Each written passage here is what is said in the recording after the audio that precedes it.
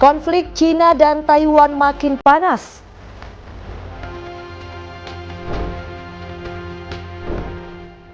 Gunung sakral di dunia tidak pernah ditaklukkan pendaki manapun.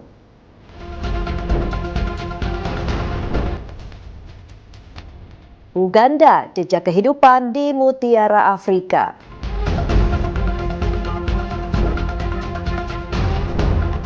Halo pemirsa setia Berita Nasional TV, Anda menyaksikan Mata Dunia, program yang menyajikan berbagai informasi global dari berbagai penjuru dunia. Bersama saya, Restulandari, inilah Mata Dunia selengkapnya.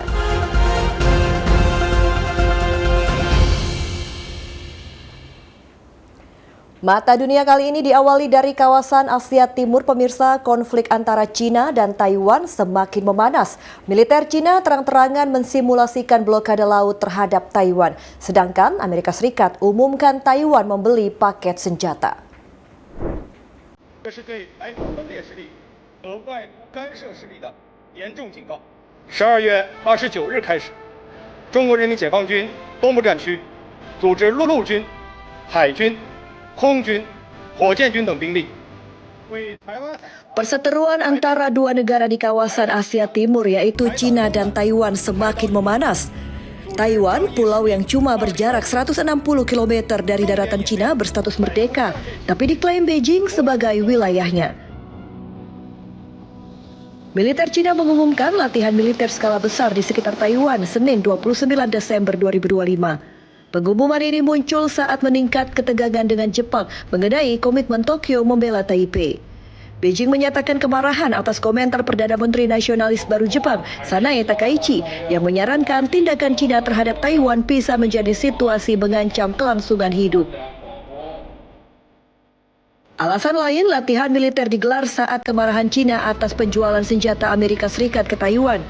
Penjualan diumumkan sebagai paket terbesar dalam sejarah kedua negara dan menggariskan perubahan strategi pertahanan Taipei berpotensi merumitkan medan invasi bagi Beijing. Latihan militer Cina digelar besar-besaran dimulai 11 hari usai Amerika Serikat mengumumkan paket senjata senilai 11,1 miliar US dollar atau sekitar 185 triliun rupiah untuk Taiwan. Sementara itu, militer Taiwan mengerahkan beberapa pesawat tempur dan merilis berbagai gambar yang diklaim sebagai pesawat dan kapal Cina di dekat Taiwan. Kementerian Pertahanan Taiwan mengatakan pada Senin 29 Desember 2025 mendeteksi 2 pesawat Cina dan 11 kapal Cina beroperasi di sekitar pulau selama 24 jam terakhir. Kementerian tersebut mengatakan sudah membentuk pusat respon cepat dan berjanji melindungi demokrasi, kebebasan, kedaulatan, dan keselamatan di pulau tersebut.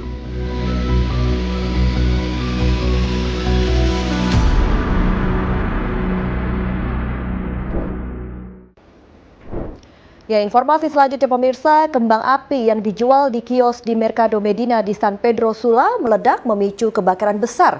Nyala api merembet ke toko dan kios di sekitarnya. Kebakaran menimbulkan kepanikan warga.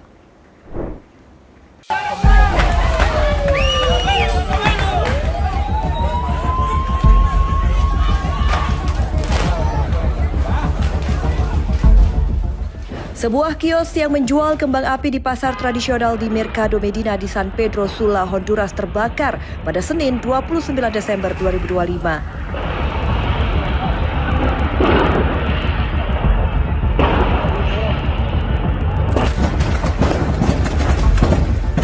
Nyala api dengan cepat menyebar ke toko di sekitarnya, menghanguskan barang dagangan.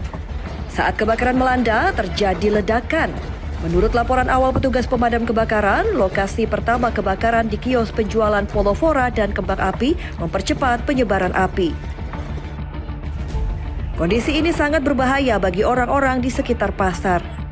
Pedagang dan warga dievakuasi dari area kebakaran. Dilaporkan anak-anak dan orang dewasa menderita luka dibawa ke rumah sakit. Petugas damkar berhasil menahan laju api dan memadamkannya. Imbas kebakaran, belasan toko pedagang rusak parah atau hancur.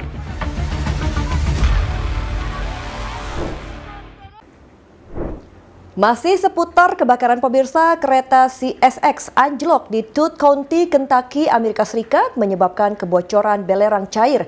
Imbasnya terjadi kebakaran.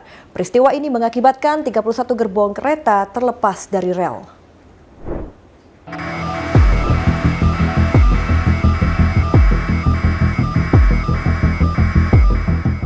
Kereta barang milik CSX anjlok dan tergelincir di daerah pedesaan Kentucky Selatan, Amerika Serikat pada Selasa 30 Desember 2025. Insiden ini menyebabkan kebocoran belerang cair dan kebakaran. Nyala api berhasil dipadamkan dan tidak menimbulkan korban jiwa. Sedikitnya 31 gerbong kereta keluar dari rel. Petugas menyatakan 2 gerbong membawa belerang atau molten sulfur dilelehkan usai kecelakaan terjadi.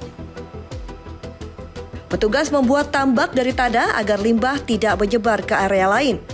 Belerang bisa melepaskan gas beracun seperti sulfur dioksida atau hidrogen sulfida. Pihak berwenang mengeluarkan perintah shelter in place atau tetap di dalam ruangan dalam radius setengah mil sampai dinyatakan aman sebagai tindakan pencegahan. Tim pemantau kualitas udara mengukur dan berkoordinator dengan tim darurat. Usai dinyatakan aman, maka dan perintah shelter in place dicabut. Pemulihan dan pembersihan area dilakukan.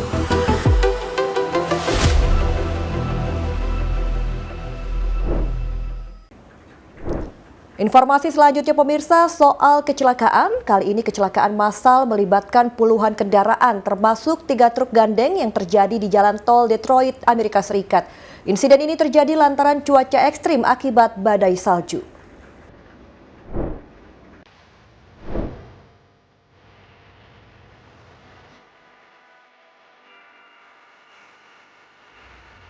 Kecelakaan melibatkan sedikitnya 20 kendaraan terjadi di jalan tol Detroit, Amerika Serikat, Senin 29 Desember 2025. Cuaca ekstrim akibat badai salju menjadi penyebab kecelakaan terjadi. Kondisi salju menyebabkan jarak pandang menjadi nol, membuat pengemudi kehilangan visibilitas dalam waktu singkat.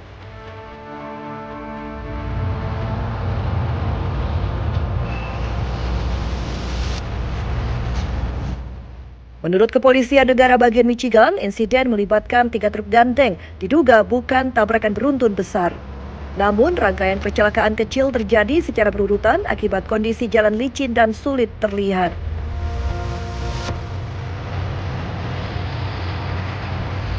Akibat kecelakaan, sejumlah kendaraan mengalami kerusakan parah.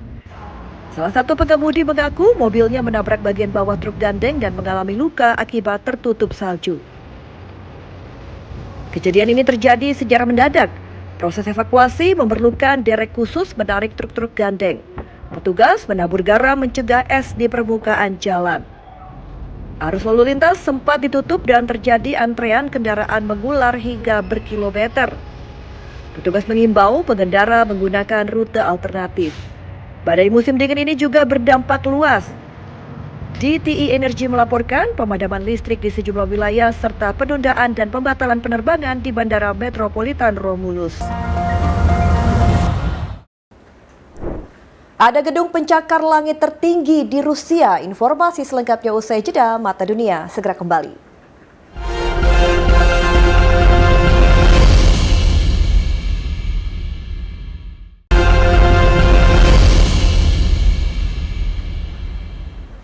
Anda kembali bersama kami di Mata Dunia. Pemirsa, pencapaian arsitektur modern dicapai Rusia. Lakhta Center, gedung pencakar langit setinggi 462 meter, disebut-sebut sebagai gedung pencakar langit tertinggi di Eropa dan Rusia.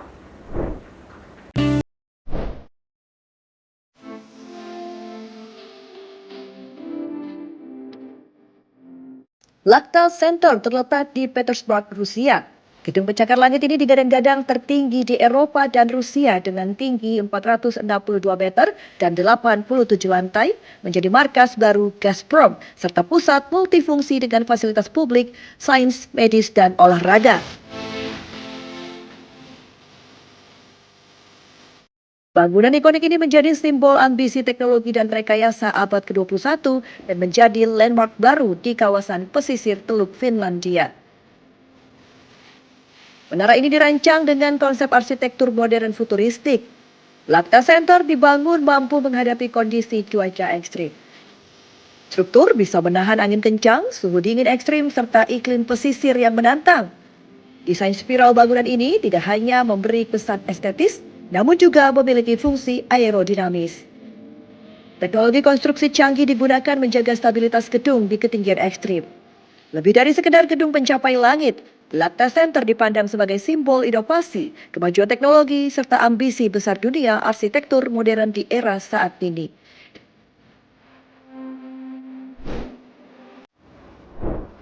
Kini kita beralih ke Tibet, pemirsa. Di pegunungan Himalaya Tibet ada sebuah gunung yang dikenal sebagai salah satu tempat paling sakral di dunia.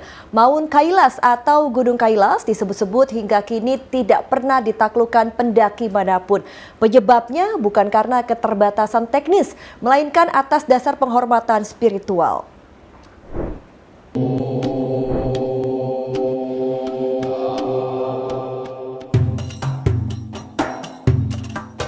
Mount Kailas atau Gunung Kailas merupakan salah satu puncak tertinggi di Himalaya. Terletak di wilayah barat daya dataran tinggi Tibet, Cina, gunung ini menjulang setinggi 6.638 meter. Gunung ini tak hanya menjadi tujuan pendaki gunung, tapi juga memiliki peran penting dalam hal spiritual berbagai kepercayaan.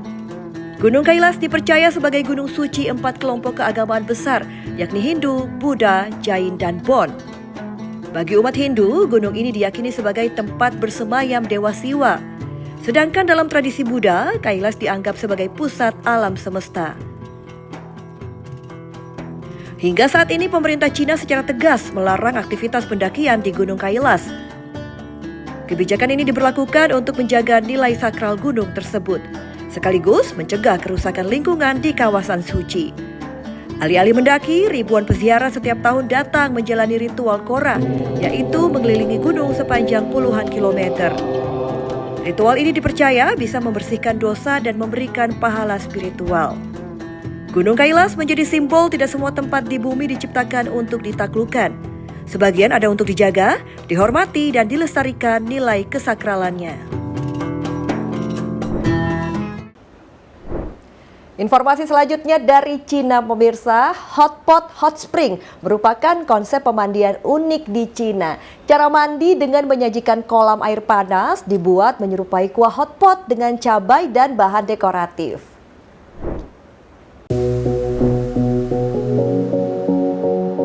Di China muncul konsep pemandian air panas tak biasa diberi nama hot pot hot spring. Kolam ini dibuat mirip seperti kuah hot pot, lengkap dengan cabai, lemon, jujube, serta aneka sayuran sebagai hiasan. Salah satu lokasi paling populer berada di Maple Leaf Village Hot Spring Resort. Harbin Resort ini mengusung tema hot pot spa dengan bak pemandian raksasa menjadi daya tarik utama wisatawan.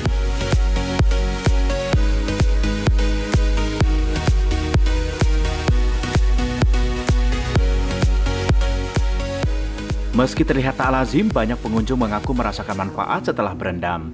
Sebagian mengatakan kulit terasa lebih halus dan tubuh lebih rileks usai menikmati pemandian ini. Di media sosial, konsep ini sempat menuai perdebatan terkait kebersihan dan pemborosan bahan makanan. Semua pihak hotel menegaskan sebagian besar sayuran hanya bersifat dekoratif, sementara cabai asli digunakan karena dipercaya memiliki manfaat herbal.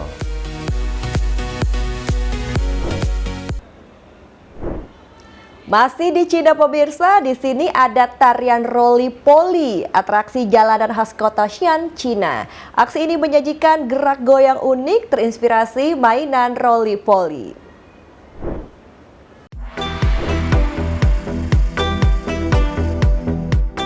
Sebuah pertunjukan jalanan bernama roly-poly di kota Xi'an, China menarik perhatian dunia pada periode 2019 hingga 2020. Atraksi ini menampilkan gerakan khas menyerupai boneka selalu kembali tegak meski didorong. Tarian ini dipopulerkan seniman Feng Jiachen, memadukan konsep mainan tradisional dengan koreografi sederhana namun ekspresif. Setiap gerakan yang dibuat lembut dan berulang menciptakan kesan lucu sekaligus memikat.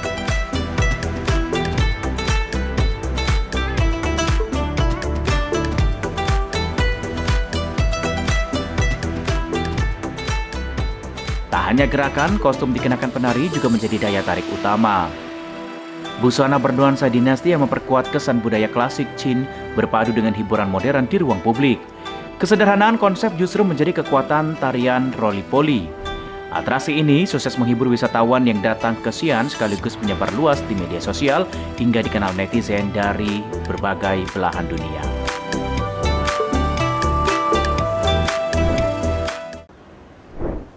Pemirsa, usai jeda kami akan mengajak Anda untuk melihat jejak kehidupan di mutiara Afrika. Mata Dunia segera kembali.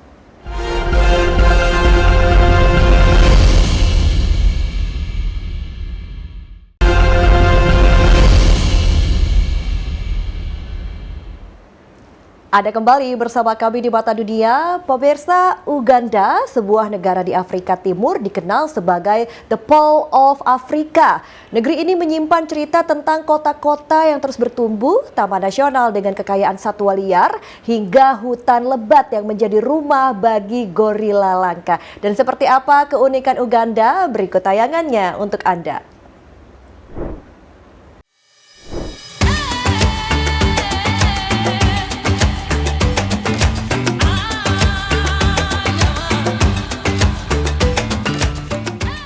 Selamat datang di Uganda. Kehidupan modern Uganda berpusat di kota-kota yang terus berkembang. Ibu kota Kampala menjadi jantung pemerintahan ekonomi dan pendidikan nasional. Di kota ini, gedung perkantoran berdampingan dengan pasar tradisional, rumah ibadah, dan kawasan permukiman padat. Aktivitas masyarakat berlangsung cepat dengan boda-boda ojek motor yang menjadi moda transportasi utama. Selain Kampala, kota-kota seperti Jinja, Gulu, Mbarara, dan Entebbe memiliki peran penting. Meski urbanisasi berkembang pesat, kehidupan masyarakat Uganda masih kuat dengan nilai kebersamaan, budaya lokal, dan aktivitas ekonomi berbasis komunitas.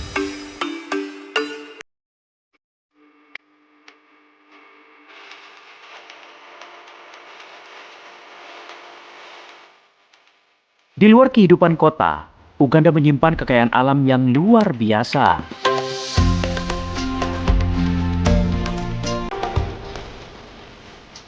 Negara ini memiliki sejumlah taman nasional yang menjadi tulang punggung pariwisata dan konservasi. Salah satu terkenal adalah Queen Elizabeth National Park, terletak di barat daya Uganda. Taman nasional ini membentang lebih dari 2.000 km persegi dan dikenal sebagai kawasan dengan keanekaragaman ekosistem. Di sini, savana luas berpadu dengan hutan tropis, rawa, dan danau kawah.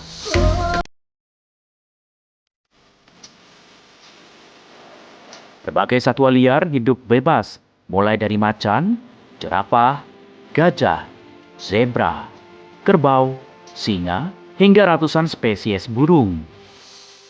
Keunikan lain, taman ini adalah keberadaan singa pemanjat pohon di wilayah Isasa, serta Kazinga Channel yang menjadi habitat kuda Nil terbesar di Afrika.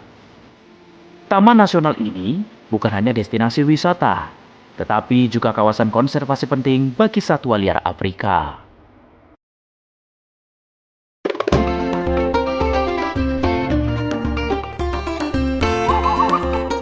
Uganda juga dikenal dunia sebagai salah satu rumah terakhir bagi gorila gunung. Satwa langka ini hidup di kawasan hutan pegunungan seperti Bwindi Impenetrable Forest National Park dan Megahinga Gorilla National Park.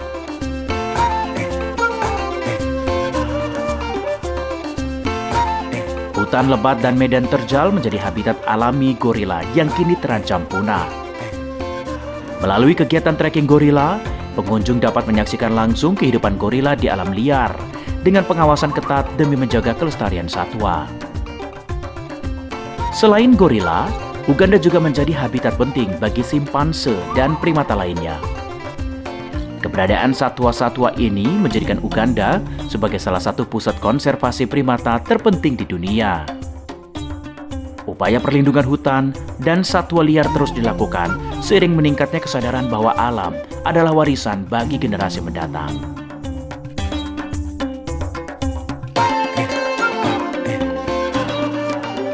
Dari kota-kota yang terus tumbuh, Taman Nasional Kaya Kehidupan, hingga hutan lebat tempat gorila bertahan hidup, Uganda menawarkan potret lengkap tentang kehidupan manusia dan alam yang berjalan berdampingan. Kita beralih ke informasi lain pemirsa. Setelah pensiun menjadi dokter di Los Angeles, Max Wirjo pindah ke Las Vegas dan beralih menjadi pebisnis. Bersama istrinya, pasangan diaspora ini membuka klub jazz dengan konsep berbeda. Tak hanya menampilkan musisi jazz berkelas, tapi juga menyajikan hidangan Jepang berkualitas.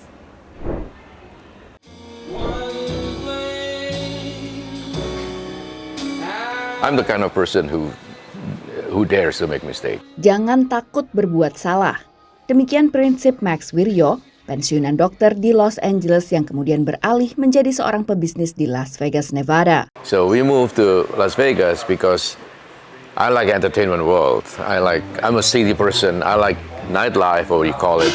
Nightlife in the sense of entertainment, music, especially music, the business, the music, the restaurant, the culinary experience. Bersama istrinya Angie, pasangan diaspora Indonesia ini memutuskan membuka Maxon Jazz setelah sebelumnya sempat membuka klub jazz di Surabaya dan Bali yang terpaksa ditutup karena terkena imbas pandemi. So we just make a plan. I have to find a place. Once I find a place, a strategic place, and not too far from the strip, it's only 10 minutes from the strip, and then we have to remodel it because I want to have a jazz club with the caliber of the jazz club in New York or Paris or London, those kind of club. I want even better than them. Walau tak memiliki banyak pengalaman bisnis di bidang entertainment, Max berani merintis Maxon Jazz akhir 2020 dengan perencanaan yang matang. Ia menciptakan wow factor untuk menarik pengunjung dengan mengubah gedung bekas restoran menjadi sebuah klub jazz yang tak hanya menyajikan musik, tapi juga makanan berkualitas. And Angie, my wife, happens to like Japanese food. I like it too, but I'm not fussy about food. I could eat anything. So I said, well, maybe we should have sushi and jazz. Nobody has that concept. Konsep yang jarang ditemui dalam sebuah klub jazz ini ternyata disambut positif pengunjung. I've never been to a place that has both, that has the jazz and the Japanese food. I love the combination. It's very cool. Awalnya menyajikan musik jazz mainstream, Max mulai menampilkan jenis musik jazz lain seperti Latin, Prancis, R&B, dan pop yang dapat menarik pengunjung muda.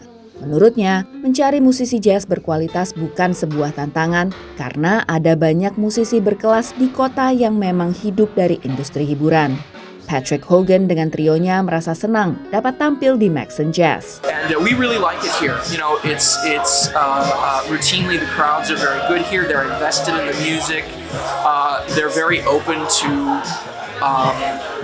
hearing things besides the songs that everybody knows the most, which is very gratifying. And you wouldn't get that everywhere.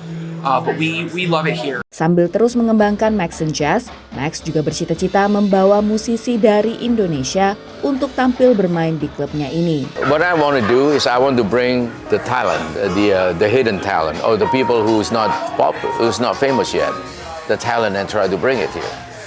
And I have the venue, I have the tools to bring them. Yeah, that was my goal. Thank you. Dari Las Vegas, Nevada, tim VOA.